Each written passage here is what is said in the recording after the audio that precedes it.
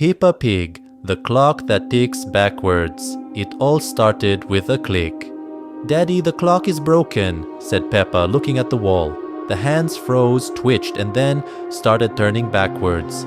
"Probably just the battery," muttered Daddy Pig, though his voice lacked conviction.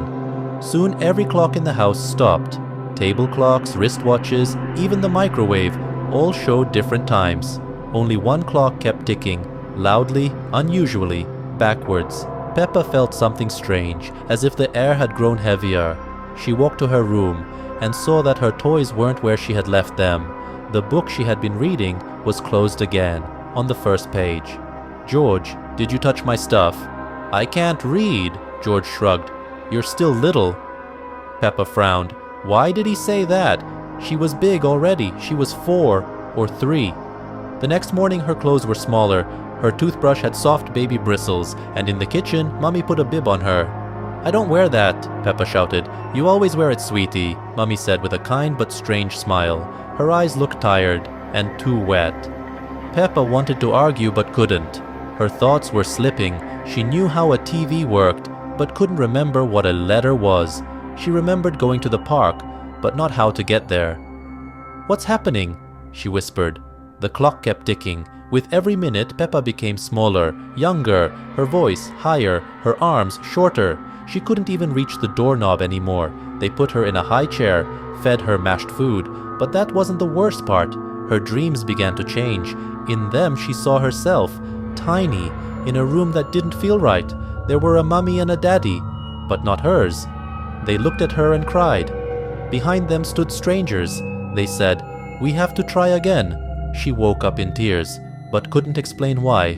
The house changed. Furniture, lower, light, dimmer. George, just a baby now, only whimpering. The parents spoke strangely, as if forgetting words, and the clock ticked louder.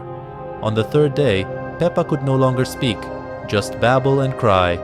But inside, the thoughts still lingered. Foreign, adult, cold, and one, the most terrifying. "I'm not Peppa. That wasn't my name." That evening, she saw a mirror. In it, not a pink piggy face, but a child's face. Distorted, puffy eyes, it whispered, "Back, you must go back." With the final tick of the clock, the room went dark. Everything vanished. Peppa was no more.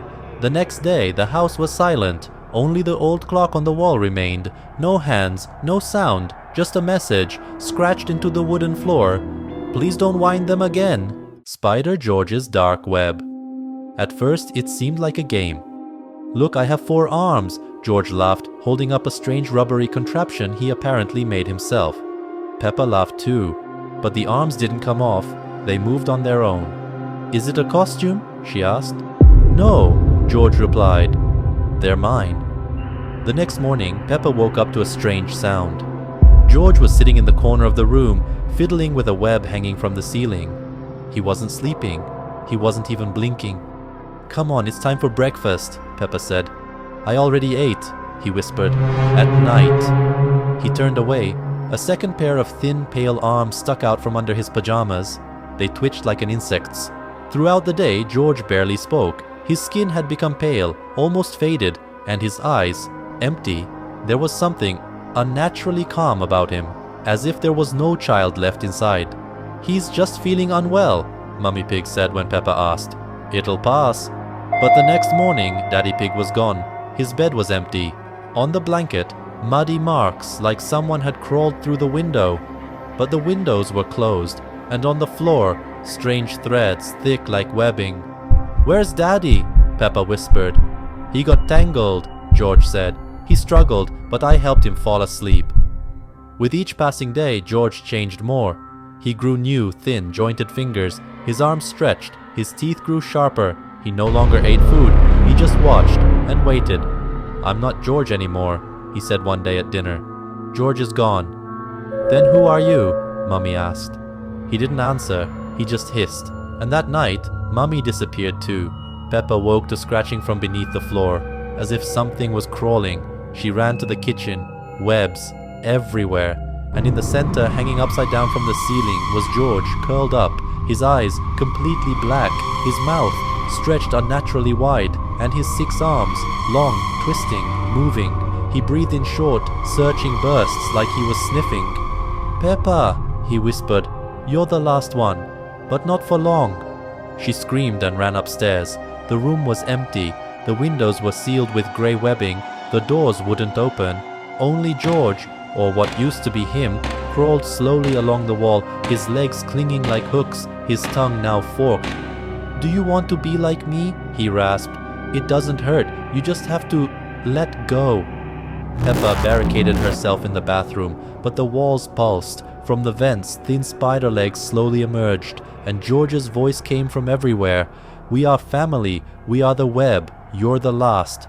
On the final day, the sun didn't rise. The house was shrouded in a grey haze. Inside by the table stood George, or the creature that used to be him, 6 arms, a dark torso, black eyes, and beside him, Peppa Pig, wrapped tightly in webbing.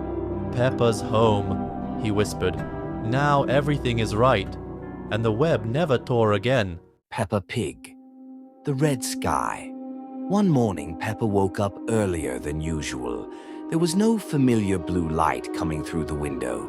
The room felt dark, as if the sun hadn't risen. She walked to the window and froze. The entire sky was deep red, not orange like a sunset, but a dark, blood red, as though someone had spilled paint across the horizon. The air outside shimmered, and not a single leaf moved. The kitchen was unusually silent. Mummy Pig stood at the stove, completely still. George sat at the table without playing with his dinosaur. Daddy Pig stared out the window with an expression Peppa had never seen before.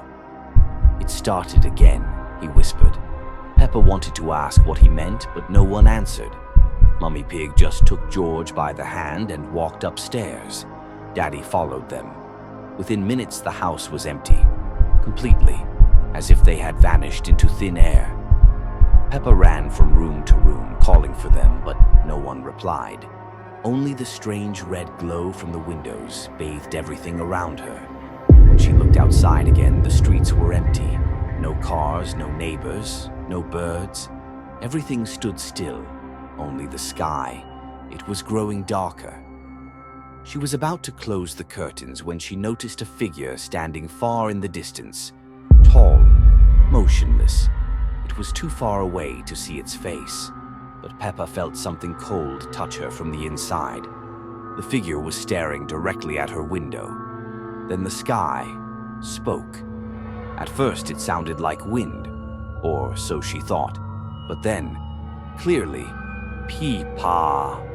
The whisper surrounded her from every side.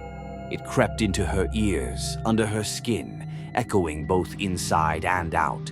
"Peppa, come outside. We're waiting. You're alone." She covered her ears, shut her eyes, and crawled under the table. But the voice didn't stop. It only grew quieter, which made it even worse. The whisper seemed to come from every crack and corner. Then the lights went out, all at once, and footsteps echoed on the stairs. Slow, heavy, as if something very large was coming up. Peppa curled into a corner, holding her breath. The footsteps stopped.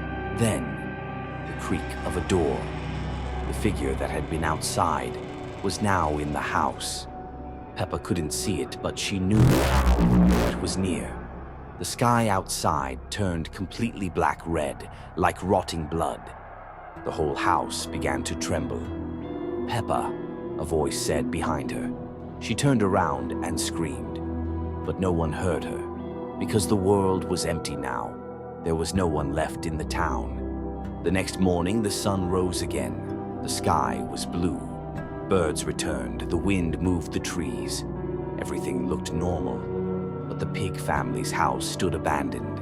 And at the very end of one street, a girl with black eyes stood at a window, whispering, "Now it's your turn."